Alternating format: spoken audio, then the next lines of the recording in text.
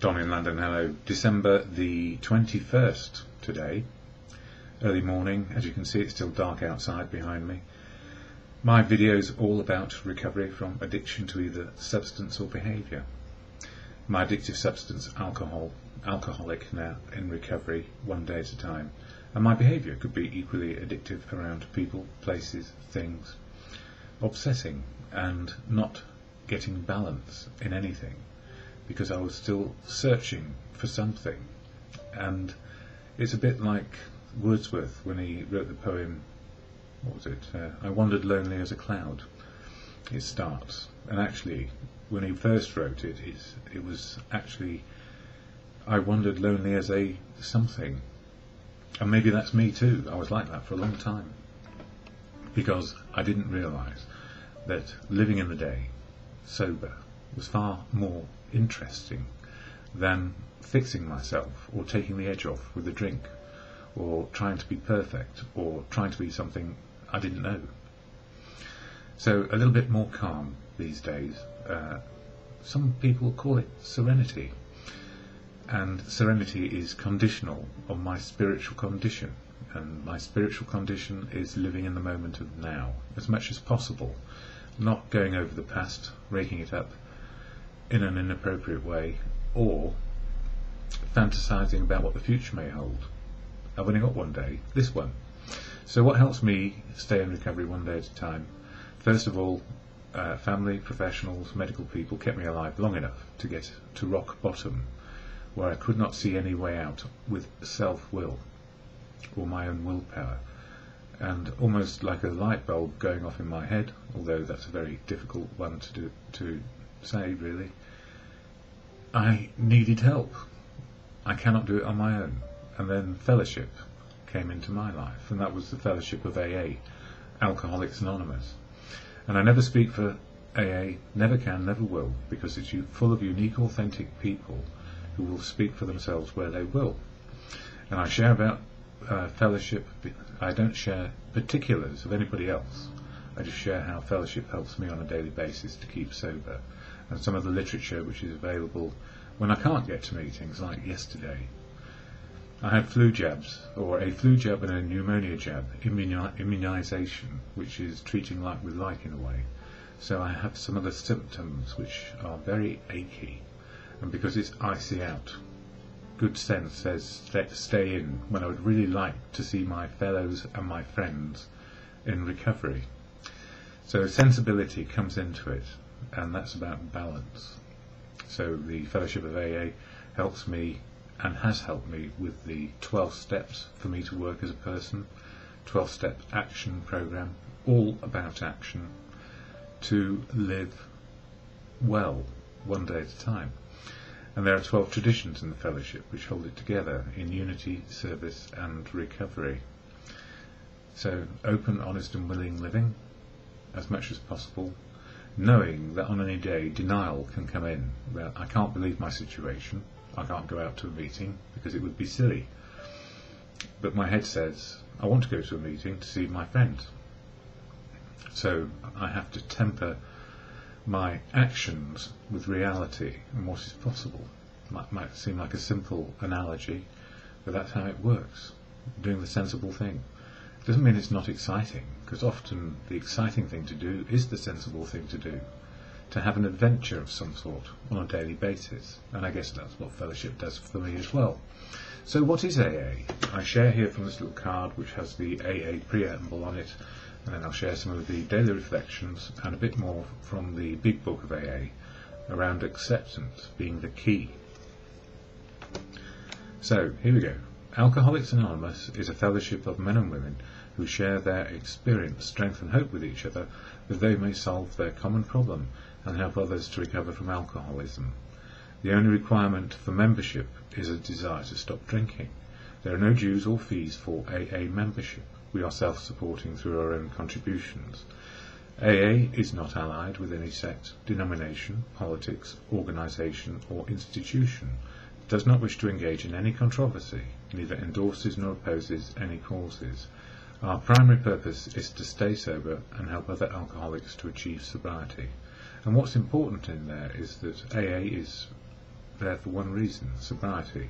Yet, at the same time, every single person in the fellowship is allied with whatever they believe in, their sect, denomination, politics, organisation or institutions.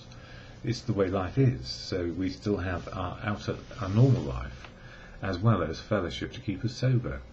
So sober comes first, lean on fellowship, and it's always the many voices in the fellowship, not just one, and certainly not mine alone, which helps us make up our minds, make free choices, make our opinions and beliefs work for us on a daily basis.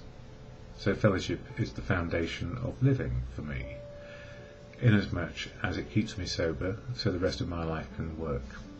And the daily reflections for today from this book, Daily Reflections covers the 12 steps, one a month, and the 12 traditions, one a month. And December is all about step 12, sharing a message of experience, strength and hope with other people, and living a spiritual life. And as far as I've come to understand so far, the spiritual life is the ability to cope with now, living in the moment, the ever-present, imperfectly perfect moment of now, because life is going to continue with or without us, so it's better to be included soberly, I feel. Not to control life, but still to make freedom of choice in the moment, given our life experiences. And how do I know it's working for me? Well, taking account of the fellowship being an emotional, spiritual and physical improvement program. I hate the word program in this context. It's a fellowship which offers emotional, spiritual and physical well-being. So if I have those emotional and spiritual and physical well-being in the moment of now, my choices are more free and not controlled by alcohol, and hopefully not necessarily controlled by everything around me. But I have accepted that I am powerless over people, places and things, so if I don't try and control them, I have freedom of movement around most of what's going on. Free to make choices today. So step 12 is all about helping other people as best we can. And as I see it, it's the difference between doing good, doing something good, and do-gooding. And the big difference is, if we do some good, another person is free to make their choices, free of our opinions and beliefs. But doing good means that I'm probably moving into, you should do this because it'll be good for you. That's do-gooding, and it's not helpful because it builds up resentments in other people. So for December 21st, it talks about and shares about listen, share and pray. When working with a man and his family, you should take care not to participate in their quarrels or even their happiness, because we start getting into their stuff. You may spoil your chance of being helpful if you do. So in other words, detachment in a way. All you're there to do is help the person get sober, not become their vicar or their priest or their advisor, because that is really not what we're there to do. It's to share a message of what works in sobriety, to help us be free to make our choices well, in an open, honest way, and find truth, love and wisdom. When trying to help a fellow alcoholic, I've given in to an impulse to give advice. Yeah. And perhaps that's inevitable, but allowing others the right to be wrong reaps its own benefits. The best I can do, and it sounds easier than it is to put into practice, is to listen, share personal experience and pray for others. And whatever our beliefs are formed by our life experiences. So some people on the planet believe in God because that's what they've come to believe.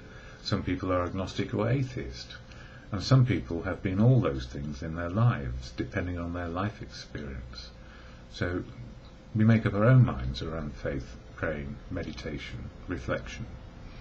The good news is, whether we pray and reflect to whatever the higher power we choose, the gift is always to get clarity of mind about our own purpose today, to live as best we can in the circumstances we have, and then to put it into action.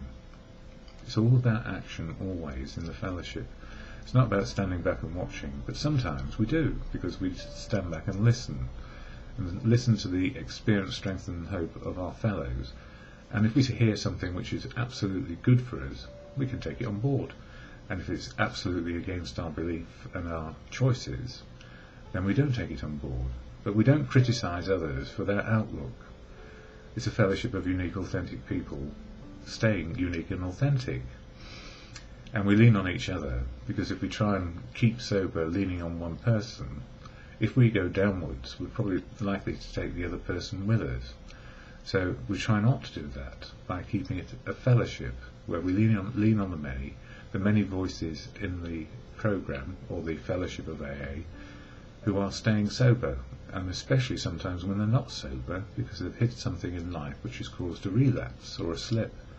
And that can happen to anybody at any stage in their spiritual living. We have to face facts. Whilst we may say rarely have we seen a person fail who has thoroughly followed our path, sometimes the life path is so difficult we fall by the wayside. Well, anyway, I haven't done that for some time, in fact some years. But I do know that life can get on top of anybody, and if I don't go to fellowship and keep on listening, I might be in trouble. So, daily reflections, I'm finishing that bit now, and followed by the serenity prayer, and then the acceptance piece follows. So to God or good conscience, depending on your belief system, the serenity prayer or the serenity reflection can help you to God or good conscience. And it goes like this: God, grant me the serenity to accept the things I cannot change, courage to change the things I can, and the wisdom to know the difference for me is just for today. And now, if you haven't switched off already, from the AA Big Book, there's a passage on acceptance which pretty much everybody who's been around a while in AA knows. And it's one paragraph. And I'll read the paragraph, and then I want to just read the bit before it as well. So I can read the paragraph twice, because it's great. It's one of those things I don't want to forget, ever, in my life. So page 417 in my great big book, this one, which comes in smaller, handier pocket sizes as well. Page 417, and acceptance was the answer. And acceptance is the answer to all my problems today. When I am disturbed, it is because I find some person, place, thing, or situation, some fact of my life, unacceptable to me, and I can find no serenity until I accept that person, place, thing, or situation as being exactly the way it is supposed to be at this moment. Nothing, absolutely nothing, happens in God's world by mistake. Until I could accept my alcoholism, I could not stay sober. Unless I accept life completely on life's terms, I cannot be happy. I need to concentrate not so much on what needs to be changed in the world as on what needs to be changed in me and my attitudes. And when I read that, it was one of those passages which really struck home in my early days, and I love it. Whenever it's read out at a meeting as a person's choice before they do their sharing, I sigh with relief that there is a part just before which sort of puts it in context, and I'd like to share that, and it comes from 415 onwards. Eventually the psychiatrist discharged me from the hospital, and Max and I began going to meetings ourselves. Right from the start I felt that they weren't doing anything for me, but they sure were helping Max. We sat in the back and talked only to each other. It was precisely a year before I spoke at an AA meeting. Although we enjoyed the laughter in the early days, I heard a lot of things that I thought were stupid. I interrupted sober as meaning interpreted. There you go, slip of the word. I interpreted sober as meaning drinking but not being drunk. When a big healthy-looking young fellow stood up there and said, "I'm a success today if I don't drink today," I thought, man, I've got 1,000 things to do today before I can brag about not taking a drink, for God's sake. Of course I was still drinking at the time. Today there is absolutely nothing in the world more important to me than my keeping this alcoholic sober. Not taking a drink is by far the most important thing I do each day. It seemed that all they talked about at meetings was drinking, drinking, drinking. It made me thirsty. I wanted to talk about my many big problems. Drinking seemed a small one, and I knew that giving up one drink for one day wouldn't really do any good. Finally, after 7 months, I decided to try it. To this day, I am amazed how many of my problems, most of which had nothing to do with drinking, I believed, have become manageable or have simply disappeared since I quit drinking. I had already given up all the narcotics, most of the pills and some of the alcohol when I first came to AA. By early July I had tapered off alcohol completely, and I got off pills in the ensuing few months.